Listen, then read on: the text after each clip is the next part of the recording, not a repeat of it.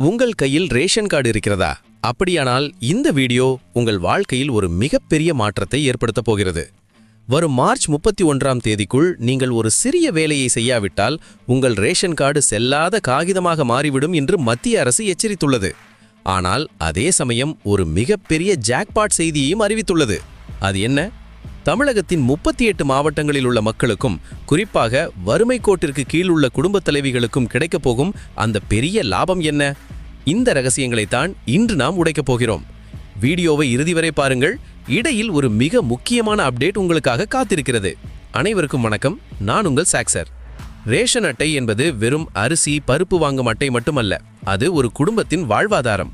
இன்று மத்திய அரசு வறுமை கோட்டிற்கு கீழ் உள்ள PHH, NPHH மற்றும் AAY அட்டைதாரர்களுக்கு ஒரு அதிரடி அறிவிப்பை வெளியிட்டுள்ளது.